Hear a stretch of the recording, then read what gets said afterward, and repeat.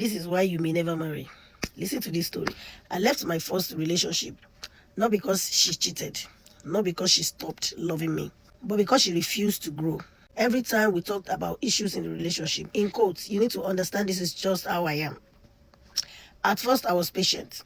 She said it was because of the broken home she grew up in. She said the trauma made her react harshly. She said the hunger, the aggression, the sudden outburst, they were all scars from her past. And honestly, I understood. But after days turned into weeks, and weeks turned into months, I realized something painful. Understanding someone's trauma is different from accepting being wounded by it. Every disagreement became harsh words. Every conversation became transferred aggression. And every attempt to fix things ended with the same explanation. It's because of where I came from. One day, it hit me. Your past may explain your behavior, but it should not become your permission slip to hurt people. Broken homes are painful. Trauma is real. Childhood wounds can be deep. But if you are not careful, you will use yesterday's pain to destroy today's relationship. Is it not happening? A lot of people are doing it.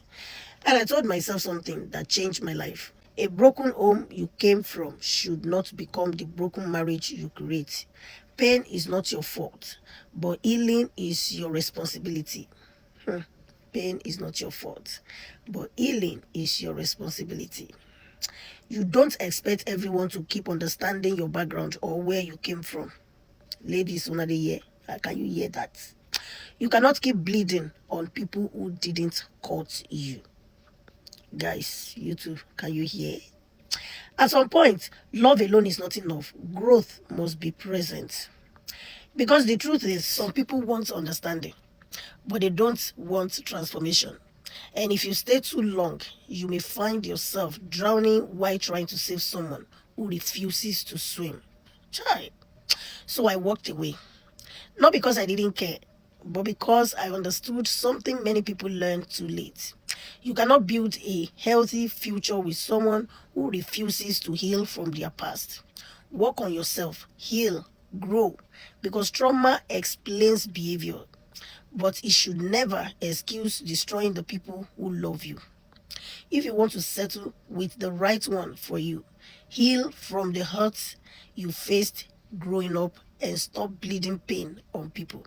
Now, this was said by Pastor Dolapo. I don't know if it's his personal story or maybe he's telling someone else's story, but he wrote this on his page.